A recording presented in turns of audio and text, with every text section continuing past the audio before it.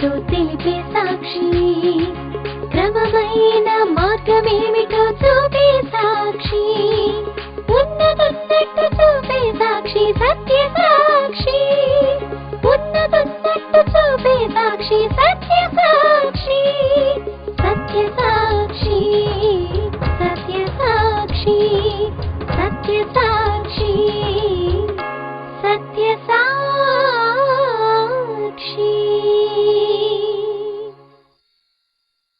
సత్య సాక్షి అను మా టీవీ కార్యక్రమమునకు ప్రేమపూర్వక ఆహ్వానము. సత్య సాక్షి.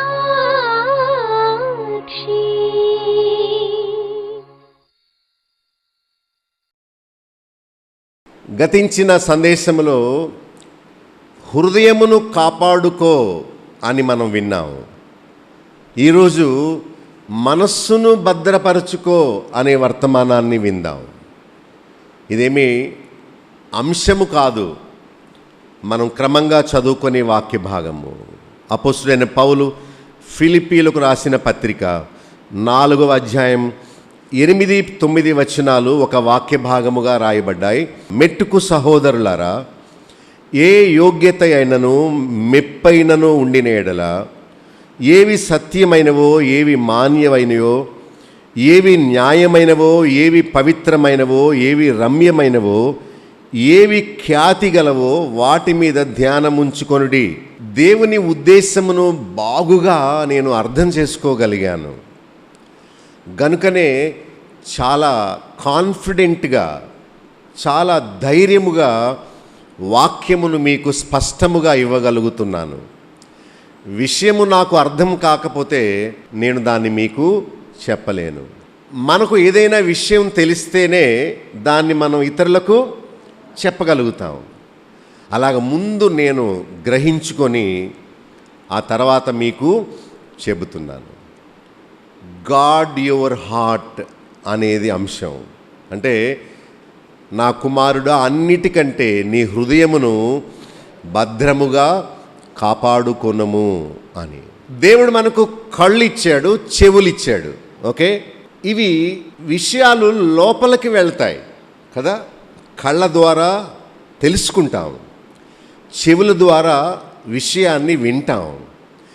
ఏవైతే ఈ 2 రంధ్రాల ద్వారా మన శరీరంలోకి వెళతాయో వాటిని బట్టే మన హృదయము నింపబడి మన నోరు మాట్లాడుతుంది, మన అవయవాలు పనిచేస్తాయి. దేవుడు మన బ్రెయిన్కి కెపాసిటీ ఇచ్చాడు.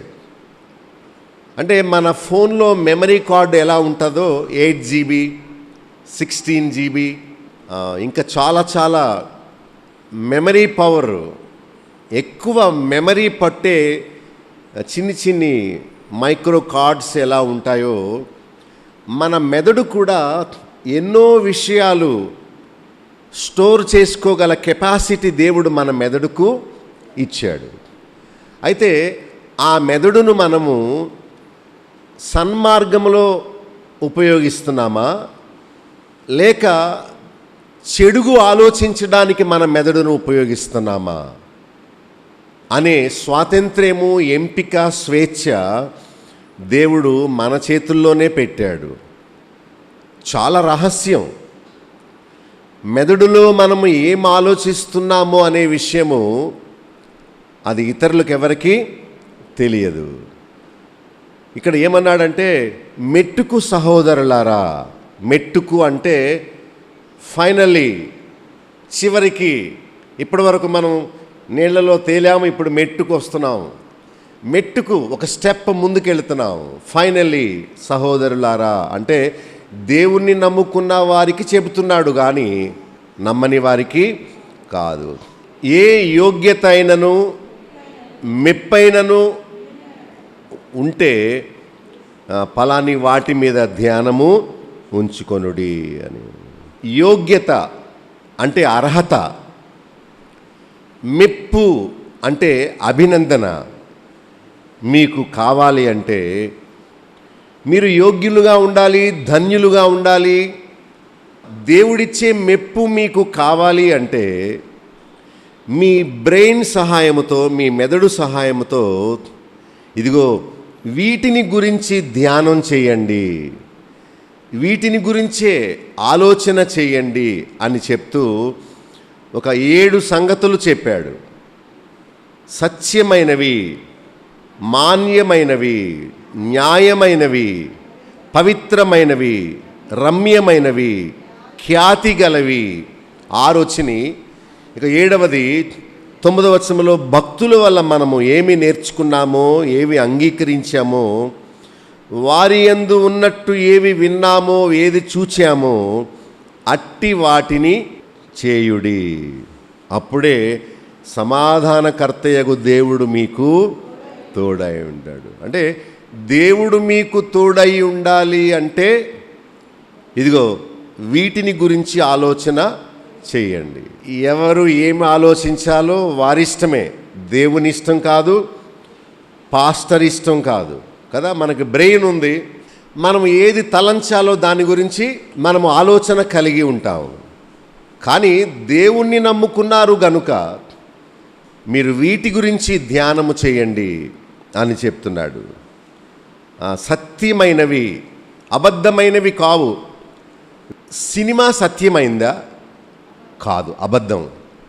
సీరియల్స్లో వాళ్ళు మాట్లాడే మాటలో వేసే యాక్షన్ అంతా కూడా అది సత్యమైంది కాదు, అది అబద్ధం. కొన్ని కుస్తీ పోటీలు ఉంటాయి, అవి వాళ్ళు కొట్టుకోవడం కూడా అబద్ధమే. సో అది నిజము కాదు. టీవీలో నటన ఉంటుంది, యథార్థమైన వార్తలు ఉంటాయి, యథార్థముగా గేమ్స్ ఆడేది ఉంటుంది. ఏదో గుద్దుకున్నట్టు పడిపోయినట్లు అమ్మో అన్నట్టు ఇలాగ ఈ నటించే కుస్తీ పోటీ కూడా ఉంటుంది. మన చేతిలో రిమోట్ కంట్రోల్ ఉంది, మనము కుర్చీ మీద సోఫా మీద కూర్చున్నాం. రిమోట్ కంట్రోల్తో ఏది చూడాలి, ఏది వినాలి అనేది మన ఇష్టమా, టీవీ ఇష్టమా? ఎవరు మనల్ని కంట్రోల్ చేయరు. ఏమి ఆలోచించాలో మన ఇష్టమే. అంటే ఏదైతే మనం చూస్తామో కళ్ళతో, ఏదైతే ఆ స్పీకర్ల ద్వారా వచ్చే మాట, మనుషుల మాటలు వింటామో, వాటితో మన మనస్సు నింపబడి ఉంటుంది కదా. మీ ప్లేట్లో ఏముంటే అదే తింటారా, లేకపోతే ఎక్కడో ఏదో ఉన్నది తింటారా? ఎదురుగా ఉన్నదే కదా లోపలికి వెళుతుంది. అలాగే నువ్వు ఏం చూస్తున్నావో, ఏమి వింటున్నావో దానితోనే నీ మనస్సు నింపబడి ఉంటుంది. నీవు దేని చేత నింపబడతావో అదే బయటకు వస్తుంది. నీ మైండ్లో ఉన్నదే మాట్లాడతావా, లేకపోతే ఇంకోదేదో మాట్లాడతావా? నీవు ఒకవేళ నీ మైండ్లో నువ్వు ఆలోచించింది కాకుండా ఇంకోటి ఏదో నువ్వు మాట్లాడుతూ ఉంటే నేను మెంటల్ హాస్పిటల్కి తీసుకుపోవాలి, నీకు పిచ్చెక్కింది అంటారు. బైబిల్లో ఉన్నది హృదయము నిండి ఉన్న దాన్ని బట్టి నీ నోరు మాట్లాడుతుంది. లోకంలో చాలా షాప్స్ ఉన్నాయి, చాలా అంగడి కొట్లు ఉన్నాయి. వాళ్ళు చెప్పింది మనం కొనం, కానీ మనం అనుకున్నదే మనం కొనుక్కుంటాం, దాచుకుంటాం. అలాగే ఎంపిక చేసుకునే భాగ్యాన్ని దేవుడు మనకిచ్చాడు. చెవులున్నాయి, కళ్ళున్నాయి. మనము వేటిని లోపలకు తీసుకువెళ్ళాలో వాటిని మాత్రమే తీసుకొని వెళ్ళాలి, వేటిని త్రోసివేయాలో వాటిని త్రోసివేయాలి. మనం ప్రతి చెత్త తింటామా? మీరు అరటిపండు పారవేసి తొక్క తింటారా? తినరు. మీకు చాక్లెట్ ఇస్తే లోపల ఉన్న చాక్లెట్ పారేసే వ్యాపారి తింటారా మీరు? నో. నోరుందని ప్రతి చెత్త మనం మింగం, ప్రతి చెత్త మనం నవలము. అలాగే లోకములో ఉన్న వాటిని ఎంపిక చేసుకొని ఏది మనకు మేలు చేస్తుందో దాన్నే మనం మన మనసులోకి తీసుకువెళ్ళాలి.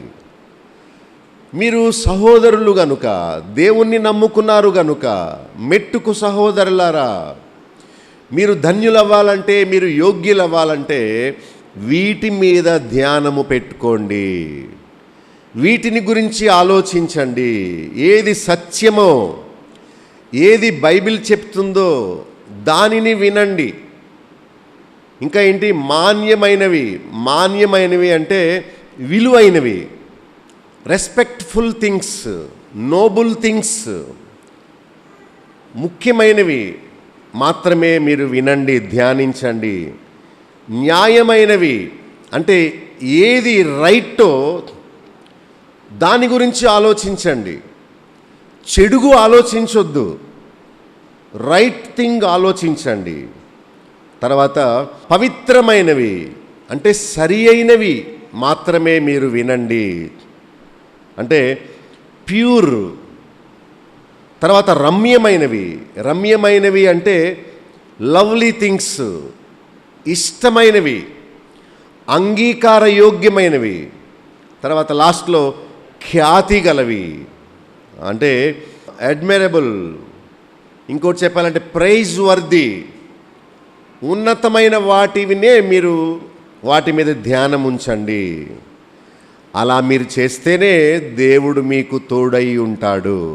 ఒక ప్రశ్న వేస్తాను, అందరూ సమాధానం చెప్పండి. దేవుడు మీకు తోడై ఉండాలని కోరుకుంటున్నారా? సమాధానము దేవుడు మీకు ఇవ్వాలంటే, నెమ్మది దేవుడు మీకు ఇవ్వాలంటే, దేవుడు మీకు తోడై ఉండాలంటే, దేవుని భక్తుల ద్వారా ఏమైతే వింటున్నారో 9వ వచనంలో, వారి వల్ల ఏమైతే నేర్చుకుంటున్నారో, ఏటిని అంగీకరిస్తున్నారో, భక్తుల యందు ఉన్నట్టుగా ఏవి వింటూ చూస్తున్నారో అట్టి వాటిని చేయుడి. దేవుడు మనకు సమాధానం ఇచ్చి మనకు తోడై ఉండాలంటే మనము చేయవలసిన వాటిని మనము చేయాలి. అంటే లాస్ట్కు వచ్చేసాడు, పత్రిక 4వ అధ్యాయంలో ఉన్నాము. ఇంకా మనం చదువుకుంటే చివరిలో గ్రీటింగ్స్ చెప్తున్నాడు. వాళ్ళు అడిగానని చెప్పు, వీళ్ళు అడిగానని చెప్పు, మరి మీరందరూ ప్రేమతో ఉండండి అని ఇక చివరి మాటలు చెప్తున్నాడు. కానీ ముఖ్యమైనవన్నీ చెప్పేశాడు, లాస్ట్కి వచ్చాం. మనము వేటిని గురించి ఆలోచించాలో చెప్తున్నాడు. చూసారా, మనకి బుర్ర ఉందని, మెదడుందని, ఏం ఆలోచిస్తున్నామో ఎవరికి తెలియదని ఇష్టం వచ్చినట్టు ఆలోచిస్తే దేవుడు మనకు తోడై ఉండడు. చెత్త ఆలోచనలు ఆలోచిస్తే చెత్త పనులు చేస్తాం. అప్పుడే మనకున్న శాంతిని, నెమ్మదిని పోగొట్టుకుంటాం. మనము వేటి గురించి ఆలోచిస్తామో అదే క్రియల రూపముగా బయటకు వస్తుంది. మన తలంపులు మంచి వాటి మీద ఉంచాలి. రోడ్డు మీద వెళ్తున్నాము, వాల్ పోస్టర్ కనిపిస్తుంది, చెడ్డ మనుషులు కనిపిస్తారు. మన మనసులు, తలంపులు వాటి మీద ఉంచకూడదు. ఒక ఆమె బుక్ పెట్టి చదువుకుంటుంది, అలా ఆయన ఎదురు కూర్చున్నాడు. కానీ ఆమె చదివేది బుక్లో ఉన్న ఆ విషయాలు కాదు, బుక్లో సెల్ ఫోన్ పెట్టుకుంది. కండలు ధరించిన ఒక కుర్రోడు ఇలా ఉంటుంటే ఆ కుర్రోడిని కండల వైపు భలే ఉన్నాడని చూస్తుంది.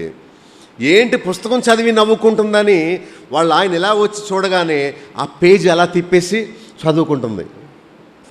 అంటే ఆ పేజీ కిందేమో సెల్ ఫోన్ ఉంది, ఆ సెల్ ఫోన్లో ఏమో చెడ్డయి చూస్తుంది. వాళ్ళ భర్త గారు వచ్చినప్పటికీ పేజీ తిప్పేసింది అన్నమాట. మనము కళ్ళున్నాయని ప్రతి చెత్త చూడకూడదు. ఎందుకంటే మనం ఏమైతే చూస్తున్నామో అదే బయటకు వస్తుంది. మనం ఆహారము ఏమైతే తింటామో దాన్ని బట్టే మన ఆరోగ్యము ఆధారపడి ఉంటుంది. మనము 2-3 రోజులు తిన్నామనుకోండి, మన కడుపు పాడైపోతే విరేచనాలు పట్టుకుంటాయి. మనం మసాలాలు, కారము, నూనె ఇదన్నీ తిన్నామనుకోండి, శరీరంలో మంట వస్తుంది, అజీర్తి వస్తుంది. ఒక పూట ఆకలి తీరే ఆహారం కోసమే మనం ఎంపిక చేసుకుంటాం కదా ఏమి తినాలో అని.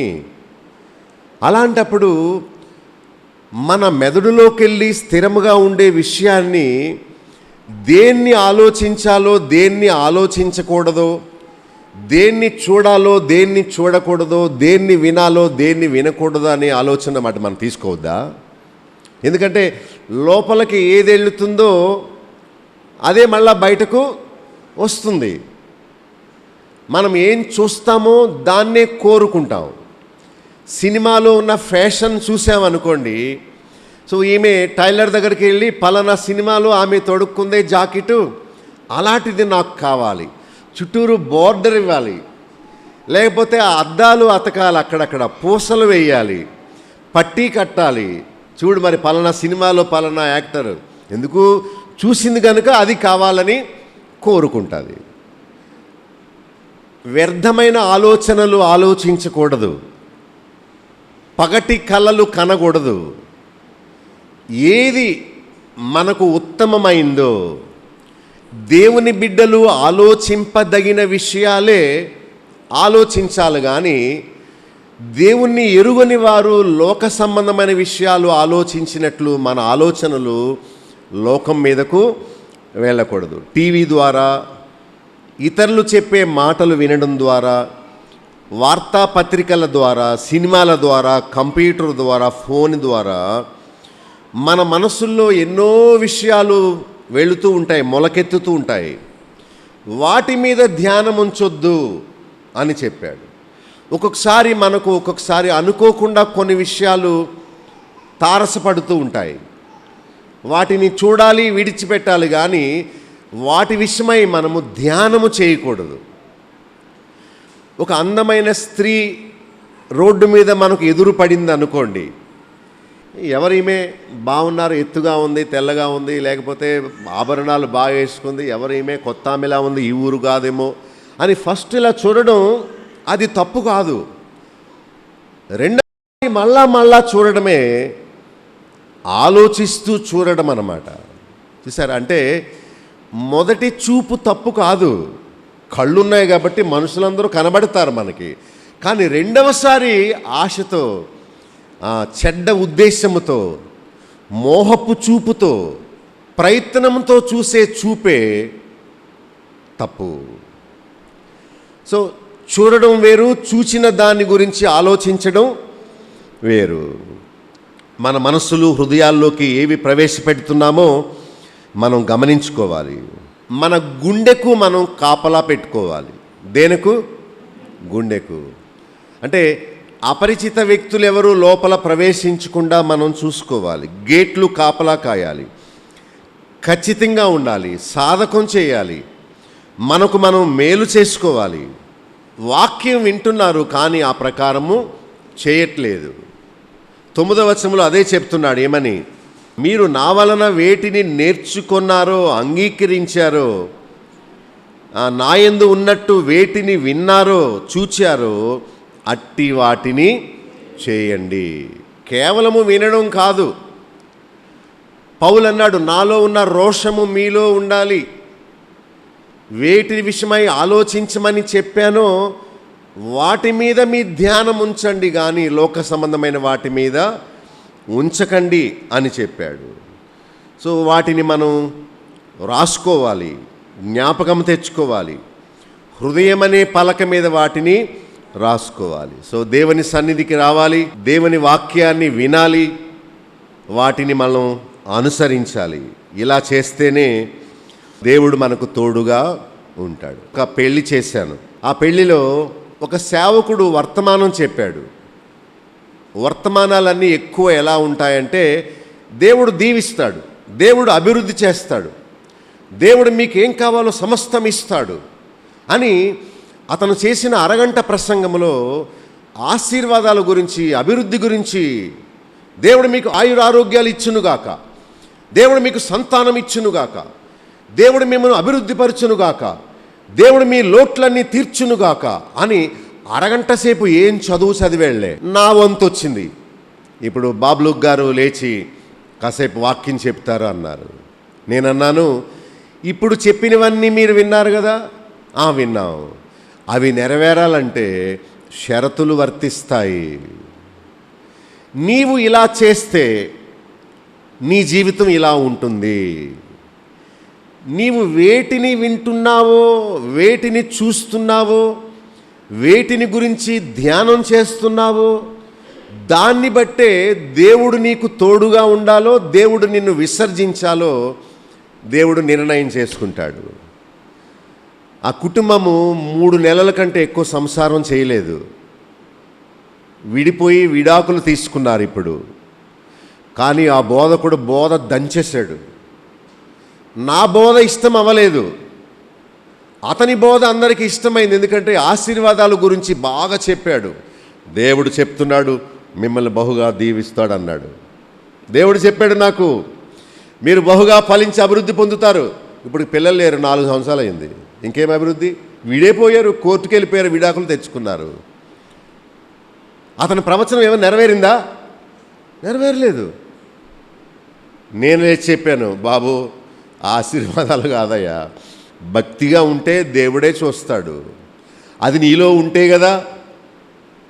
ఎందువల్ల వచ్చిందో, వాళ్ళు 3 నెలలకే ఒకళ్ళొకళ్ళు జుట్టు పట్టుకొని కొట్టుకొని విడిపోయారు. వాళ్ళు ఫంక్షన్ హాల్కి 7,50,000 ఖర్చు పెట్టారు, భోజనాలకి ఏర్పాట్లకి 7,50,000 ఖర్చు పెట్టారు. కానీ దేవుని వాక్యము విని ఆ ప్రకారము చేయలేదు. 25 లక్షలు తగలేస్తేనే బ్రతుకు బస్టాండ్ అయిపోయింది.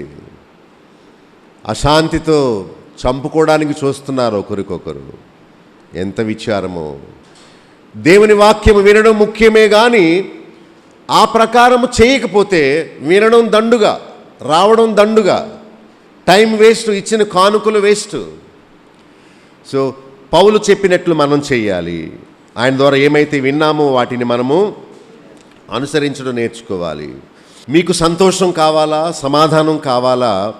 అయితే దేవుడు మీకు తోడుగా ఉండాలంటే ఇవి చేయండి అని చెప్పాడు. పాత నిబంధన అంతా లోక సంబంధమైన మేళ్ళు గురించి, క్రొత్త నిబంధన అంతా సంతోషము, సమాధానము, డబ్బు, ఆరోగ్యము, అభివృద్ధి గురించి కొత్త నిబంధన మాట్లాడట్లేదు సుమి.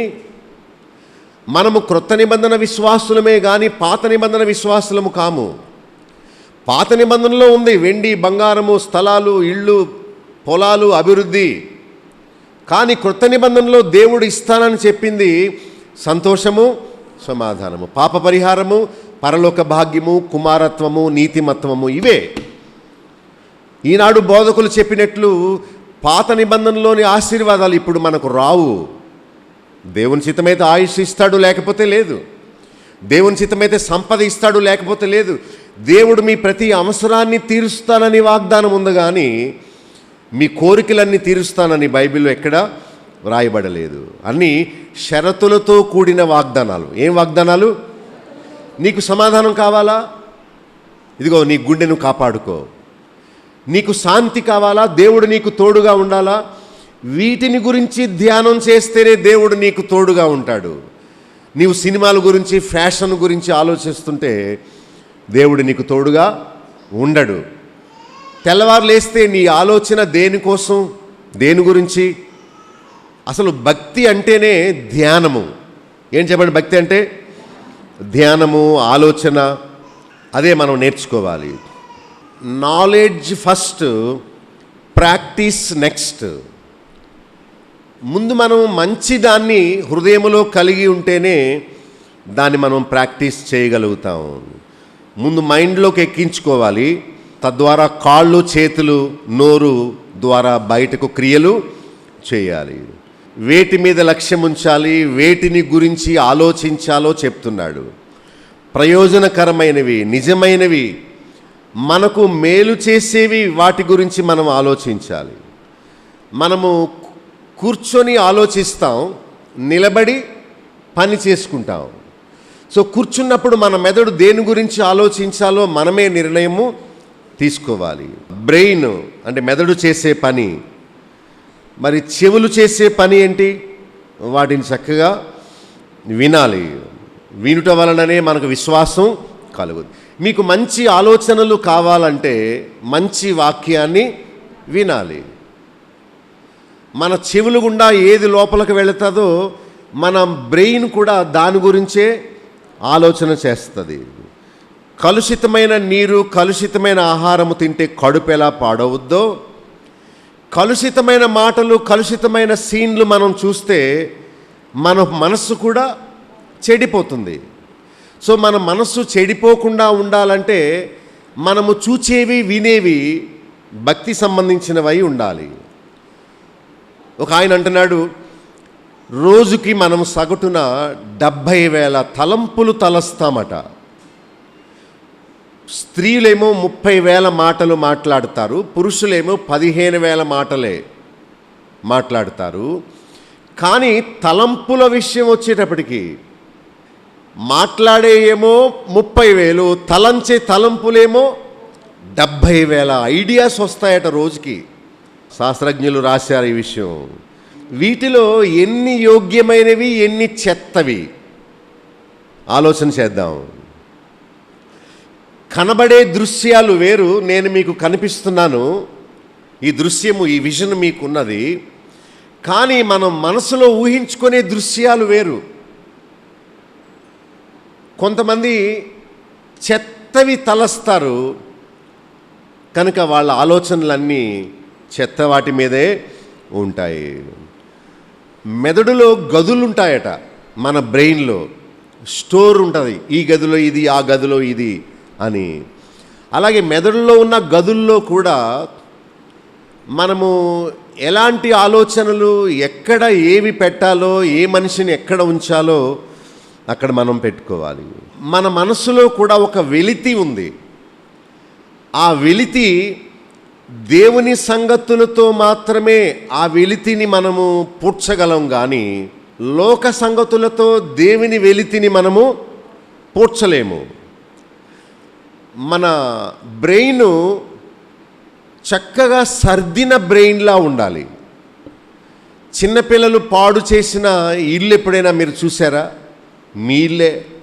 మంచం ఎక్కి ఆడుకొని ఆ తలగడ అటు ఇటు పాడేసి, ఆ దుప్పట్లన్నీ కింద పడవేసి, తినేసినవి అన్నీ కింద పారవేసి, చెత్త చెత్తగా ఉన్న రూమ్ ఎలా ఉంటుంది?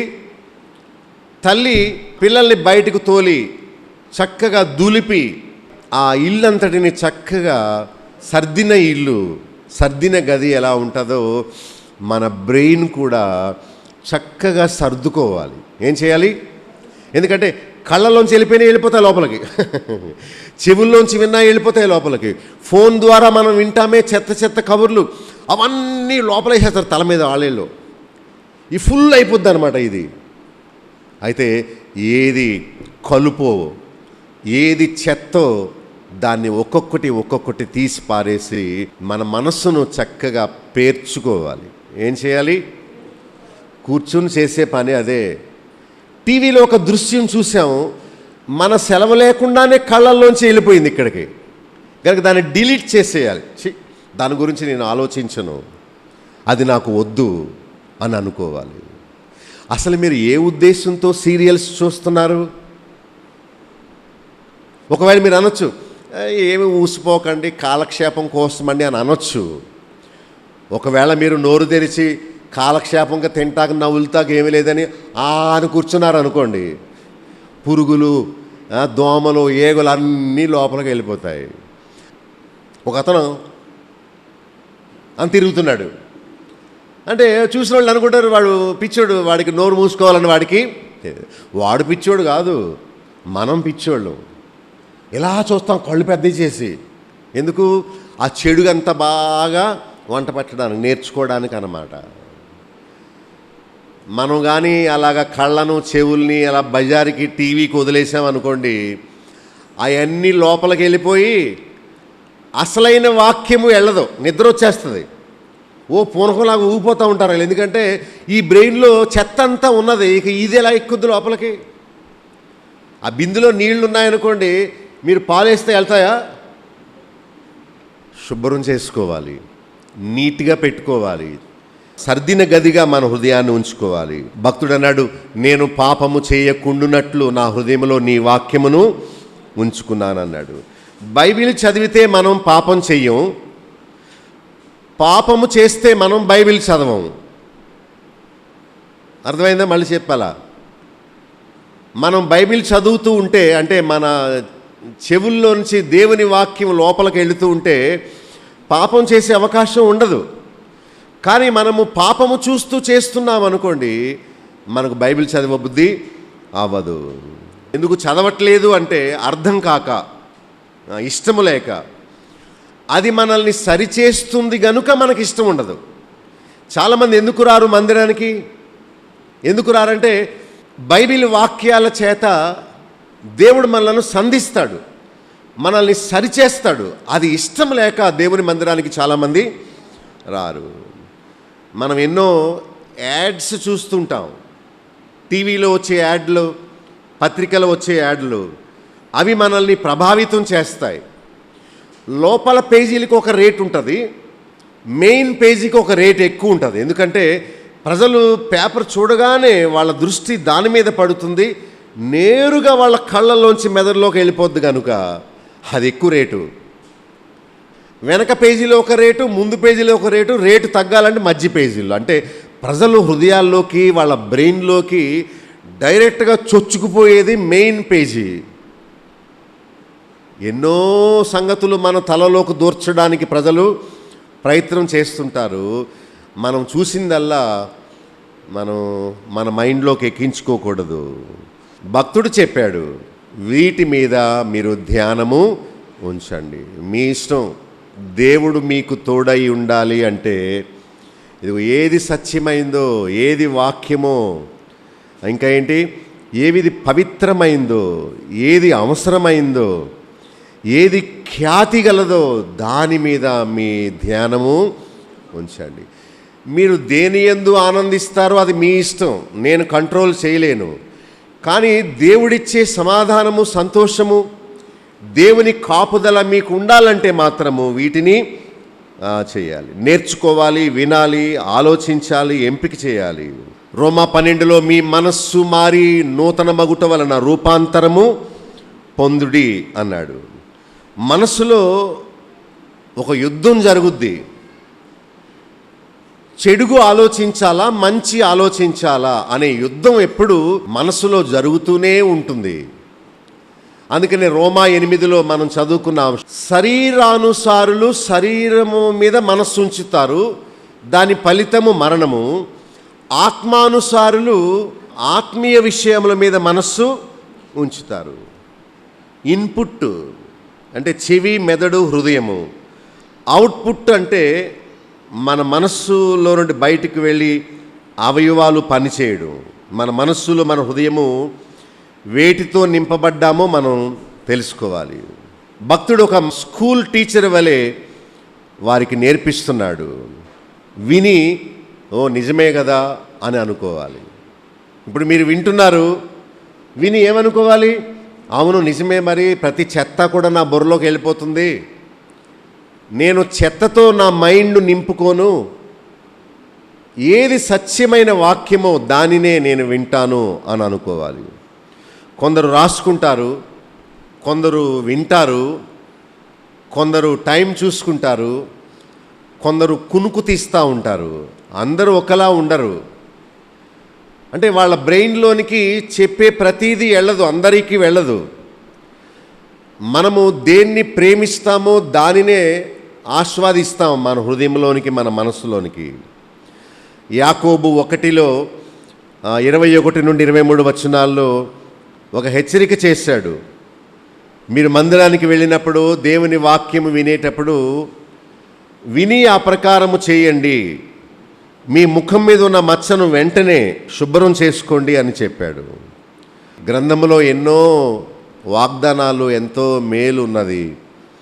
మనము చెప్పినట్లు చెయ్యక వాటన్నిటినీ పోగొట్టుకుంటాం. ఎంతో సంతోషం ఉంది, ఎంతో సమాధానం ఉంది, ఎన్నో ఆశీర్వాదాలు దేవుడు గ్రంథములో రాసి పెట్టాడు. అవన్నీ ఊరకే అలా ఉన్నాయి, మనం వాడుకోవట్లేదు. అయితే మనం వీటిని గైకొంటే దేవుడు తప్పక ఆ మేళ్ళు మనకు ఇస్తాడు. మరి పౌలు భక్తుడు వారికి మాదిరిగా ఉన్నాడు. భక్తులతో సహవాసం చేయడం ఎంత మేలో, ఎంత మంచిదో. దేవుడు మనకిచ్చిన అవయవాల సహాయముతో మనము రక్షణ పొందాలి. దేవుడు మనకిచ్చిన 24 గంటల సమయంలో దేనికి ఎంత సమయాన్ని కేటాయించాలా అని మనం నిర్ణయం చేసుకోవాలి. టీవీకి ఎంతసేపు, తిండికి ఎంతసేపు, జీవనోపాధి పనికి ఎంతసేపు, నిద్రకు ఎంతసేపు, ఇతరులతో మాట్లాడడానికి ఎంతసేపు, ఫోన్ సంభాషణ ఎంతసేపు, బైబిల్ ఎంతసేపు, ప్రార్థన ఎంతసేపు, ఇవన్నీ మనం అంచనా వేసుకోవాలి. ఒకవేళ మీకు నెలకు 20,000 జీతం అనుకోండి, ఏం చేస్తారు? పాలుకి ఎంత, కరెంటుకి ఎంత, సెల్ ఫోన్ రీఛార్జ్ చేయడానికి ఎంత, మందులకి ఎంత, పిల్లల స్కూల్కి ఎంత, ఇలాంటివన్నీ మనం ఎలా సర్దుకుంటామో దేవుడిచ్చిన 24 గంటల్లో మనము మన మనసులో ఏవేవి నాటుకుంటున్నామో దాని గురించి మనము సీరియస్గా ఆలోచన చేయాలి. ప్రభు దగ్గరకు ఒక అతను అడుగుతాడు, ప్రభువా బైబిల్ అంతట్లో ముఖ్యమైన ఆజ్ఞ ఏది అంటాడు. ప్రభు అన్నాడు, నీ పూర్ణ మనసుతో నీ పూర్ణ హృదయముతో దేవుణ్ణి ప్రేమించు అని. నీ బ్రెయిన్ అంతా లోకవార్తలతో, రాజకీయాలతో, స్నేహాలతో, ధనాపేక్షతో నింపబడి ఉన్నప్పుడు నీ పూర్ణ మనసు ఎక్కడ? హౌస్ఫుల్ అన్నమాట. నీ బ్రెయిన్ అంతా చెత్తతో నింపబడి ఉంటే, చెత్త మనుషులతో నింపబడి ఉంటే దేవునికి తావు లేదు, దేవునికి చోటు లేదు. అందుకనే సమాధానకర్తయగు దేవుడు నీకు తోడై ఉండలేకపోతున్నాడు. అంటే మన శిక్షను మనమే కొని తెచ్చి పెట్టుకుంటున్నాం అంతే. ఆ అమ్మాయి దిక్కులు చూస్తుంది, ఎవడో తగులుకున్నాడు, వివాహం అవ్వకముందే జీవితాన్ని పాడు చేసుకొని అబార్షన్లు చేయించుకున్నది. ఎంత బాధో చూడండి. సాక్ష్యం పాడు చేసుకుంది, తల్లిదండ్రులు గుండె బద్దలైపోయింది, తనకిప్పుడు మరి విలువ లేకుండా అయిపోయింది. తను తల వంచుకొని వెళ్ళుంటే, లోకములో చెత్తంతా చూడకుండా వినకుండా తన జీవితాన్ని, తన హృదయాన్ని, తన మనస్సును భద్రంగా కాపాడుకొని ఉండుంటే ఇలా భ్రష్టురాలు అయి ఉండేది కాకపోను.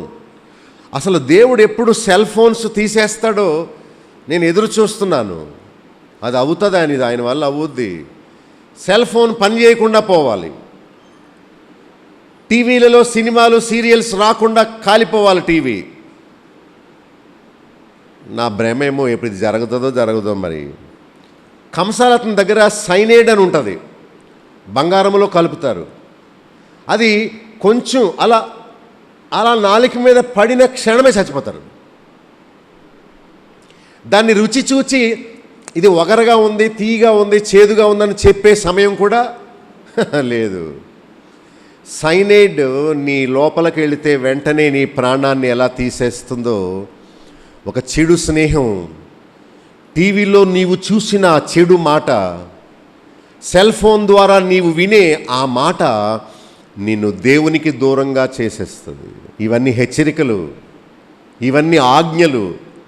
మనము గైకుంటే సమాధానం, లేకపోతే జీవితం చిందరబందర అయిపోతుంది. పౌలు నుంచి మనం నేర్చుకోవాలి. శ్రమల్లో, బంధకాల్లో ఉంటూ కూడా సంతోషము, సమాధానము ఎలా కలిగి ఉండగలమో భక్తుడు చెప్తున్నాడు. బయట లోకములో పోరాటాలు జరుగుతూ ఉంటాయి, అలాగే మన హృదయంలో కూడా పోరాటం జరుగుతూ ఉంటుంది. మనం చింతించకూడదు, ఏమి తిందుమా, ఏమి త్రాగుదమా అని. ఒకతను చింతిస్తున్నాడు, ఏంటంటే ఎందుకోసం కాదు, యాంగ్షియస్ ఫర్ నథింగ్. అంటే బాధ ఉంది కానీ ఎందుకో తెలియదు. మన ఆలోచనలకు కూడా మనము క్రమశిక్షణ కలిగి ఉండాలి. డిసిప్లైన్డ్ థింకింగ్ అంటారు. అంటే మన జీవితాన్ని మనమే పాలించుకోవాలి. మన దగ్గర ఉన్న డబ్బును మనమే సర్దుకొని ఎలా ఉంటామో, అలాగే మనకివ్వబడిన చెవులు, కళ్ళు, మైండ్, హృదయము కూడా మనమే పాలించుకొని కాపలా కాసి వాటిని మనం క్రమశిక్షణగా ఉంచుకోవాలి. భక్తుడు చెప్పిన ఈ 7 పనులు మనం చేస్తే దేవుడిచ్చే సమాధానం మనకు ఉంటుంది. నాకు ఇవి వద్దండి, నాకు సినిమాలు, సీరియల్స్, లోకవార్తలే, రాజకీయమే కావాలి అని అనుకుంటే దానివల్ల వచ్చే పర్యవసానాలు కూడా ఉంటాయి. అమ్మ నాకు కడుపు నొప్పి వస్తుంది అని అన్నది.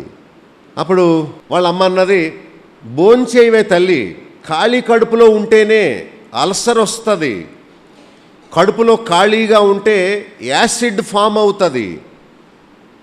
కడుపు ఎప్పుడు జీర్ణం చేస్తూ ఉండాలి కడుపులోకి వెళ్ళిన ఆహారాన్ని. నీవు కడుపులోకి ఏమీ పంపించకపోతే ప్రేగుల్ని తినేస్తుంది ఆ యాసిడ్. తిను ఆ అమ్మాయి తినగానే కడుపు నొప్పి తగ్గిందట.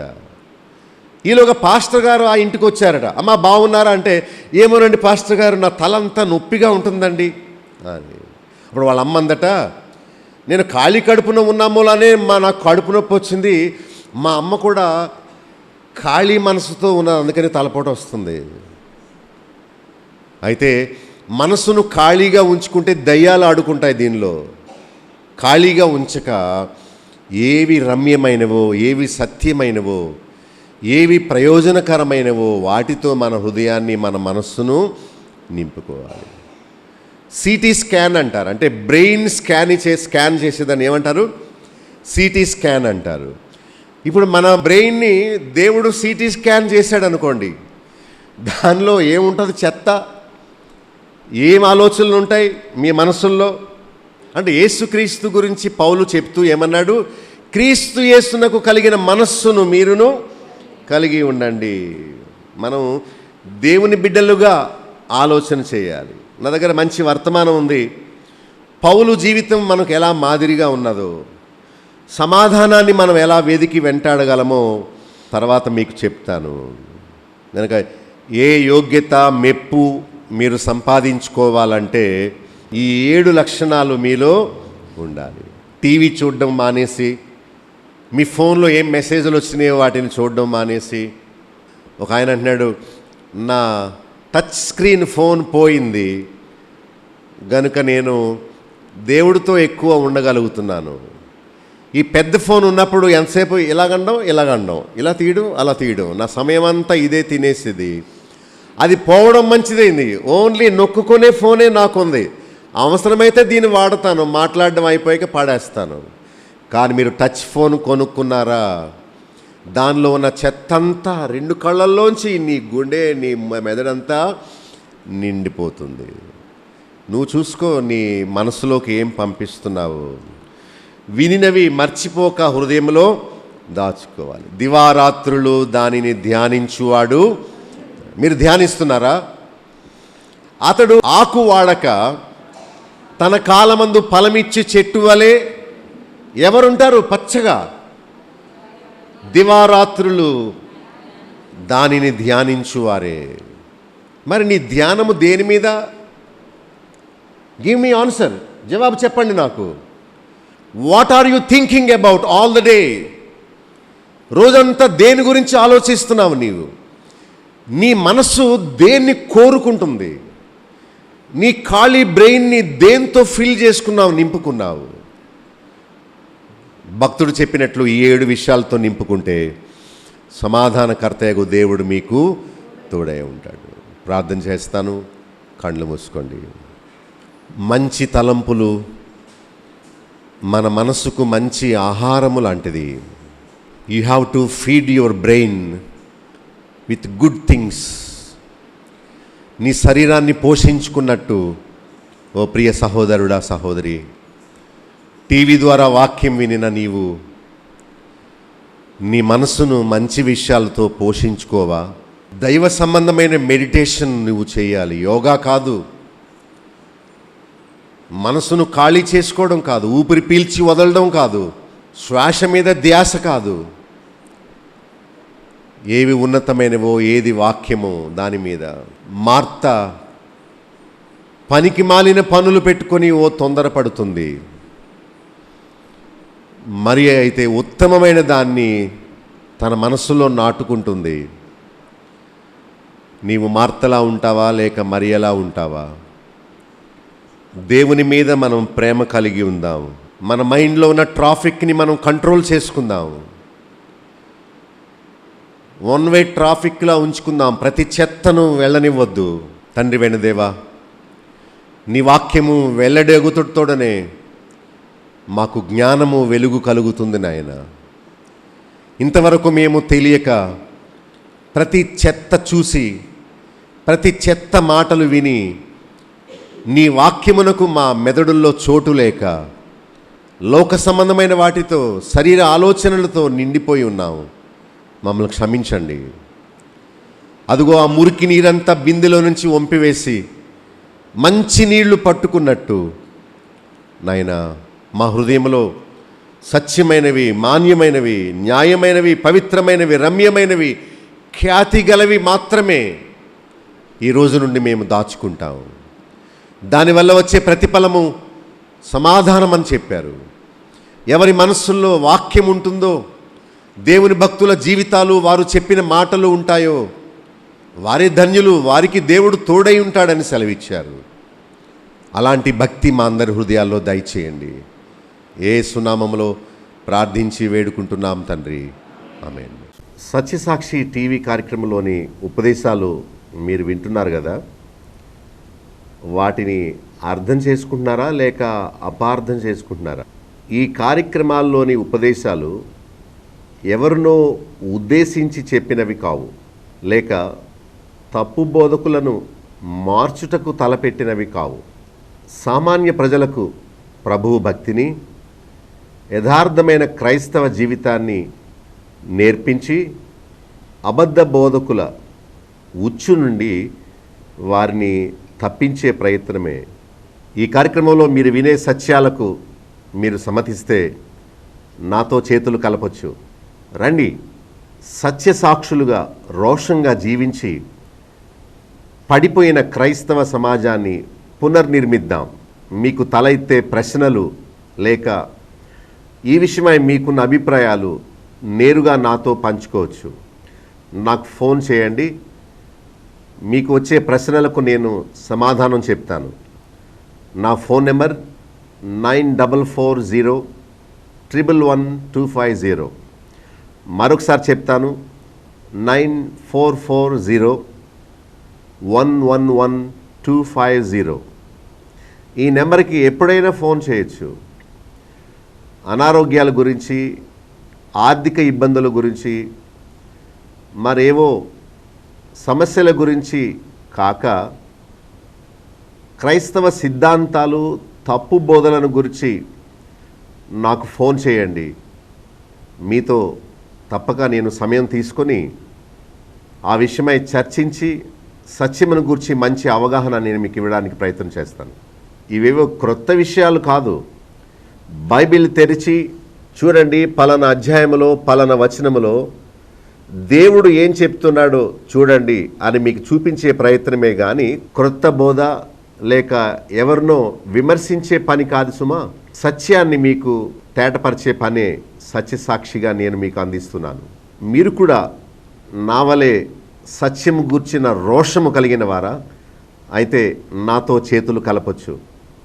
మనందరము సత్యసాక్షులుగా ఈ లోకంలో నిలబడి తప్పు బోధలకు, తప్పు బోధకులకు ఒక సింహ స్వప్నముగా నిలబడి ప్రజలను లేక క్రైస్తవ సమాజాన్ని సరి అయిన మార్గంలో నడిపిద్దాం. ప్రతిరోజు గంట సేపు ప్రసారమయ్యే ఈ వినూత్నమైన కార్యక్రమాల గురించి మీ స్నేహితులకు, మీ బంధువులకు చెప్పండి. సత్య అసత్యాల గురించి చర్చించండి. సత్యం కోసం నిర్భయంగా ముందుకు రండి. చేతులు కలపండి. క్రొత్త సమాజాన్ని నిర్మిద్దాం. ప్రజలను తప్పు బోధల నుండి, తప్పు మార్గాల నుండి, వేషధారణ నుండి, నామకార్థ భక్తి నుండి తప్పించి రక్షణ, మారు మనసు, పరిశుద్ధ జీవితంలోనికి నడిపిద్దాం. సత్యసాక్షి.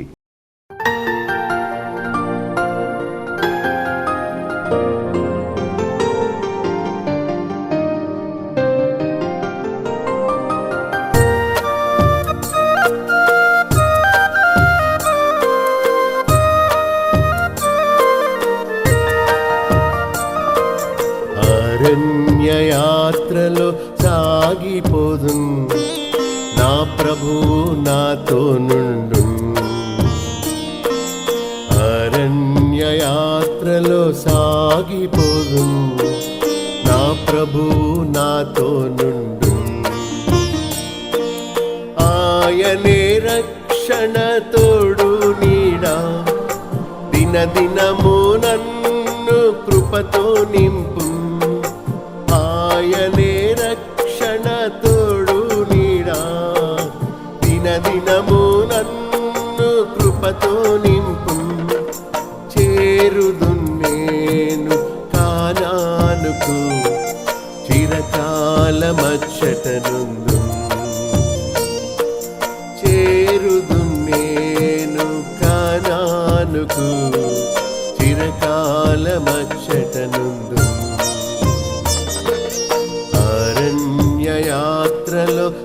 సాగిపోదు నా ప్రభు నాతో నుండు.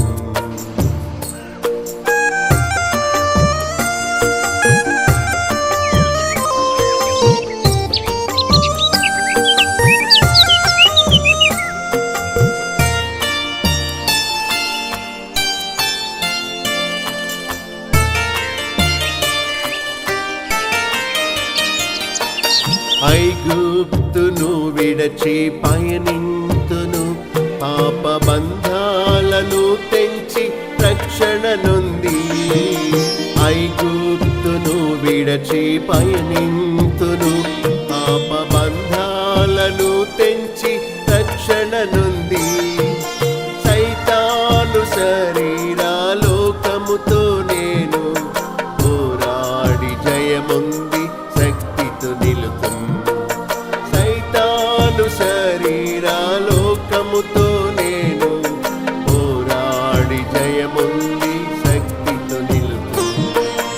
అరణ్య యాత్రలో సాగిపోదు నా ప్రభు నాతో నుండు. అరణ్య యాత్రలో సాగిపోదు నా ప్రభు నాతో నుండు.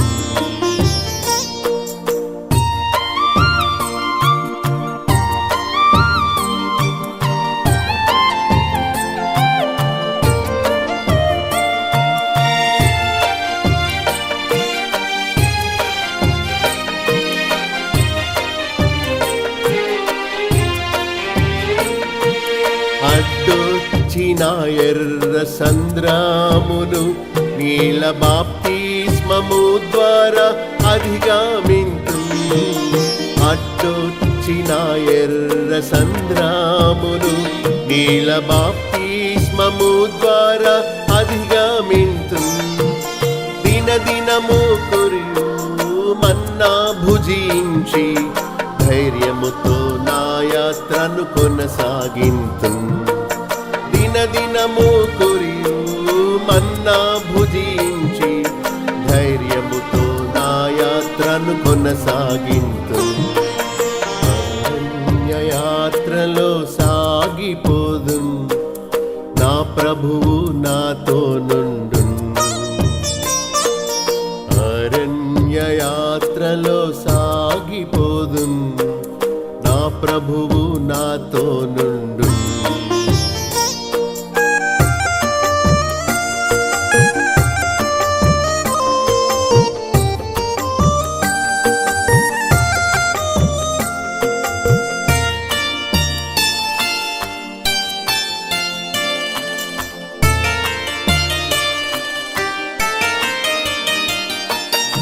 ఏదైన స్థలమైన మారానులో భీతి నిరాశ రోగములు కొరతలయందు.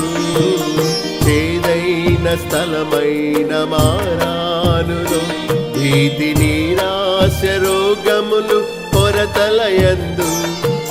ప్రియేసు వాటిని మధురముగా మార్చి తన జీవ జలములతో తృప్తి పరచును. ప్రియేసు వాటిని మధురముగా మార్చి తన జీవ జలములతో తృప్తి పరచును.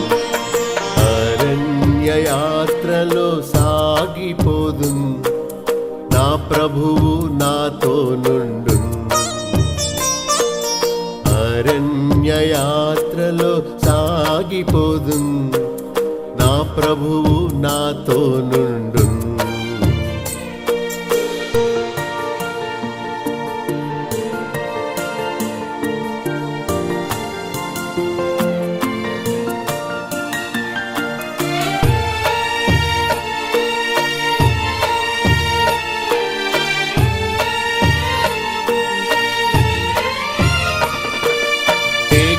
వలె ప్రభు నన్ను నడిపించును. అగ్ని స్తంభముగా నాకుండి వెలుగిచ్చును. మేఘము వలె ప్రభు నన్ను నడిపించును. అగ్ని స్తంభముగా నాకుండి వెలుగిచ్చును. భయపడను నేను, నిరాశ చెందను.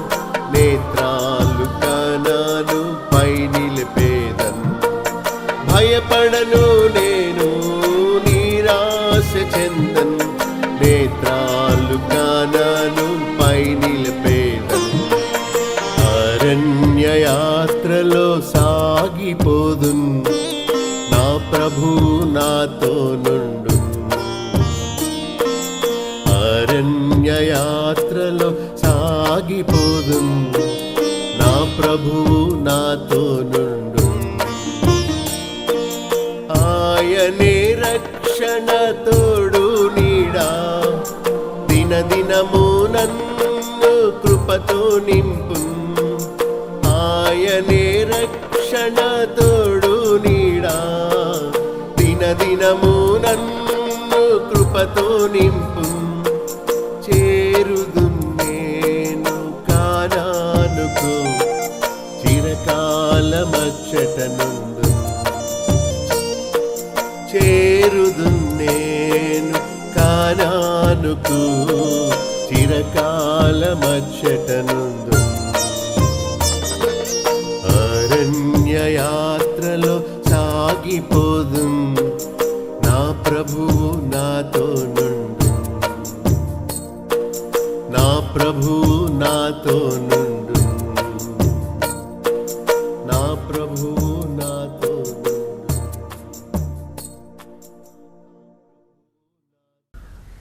మా చిరునామా బాబులోక్ గండి, chairman, Bethel assembly, Nallajerla. Pin code 534112, పశ్చిమ గోదావరి జిల్లా, ఆంధ్రప్రదేశ్.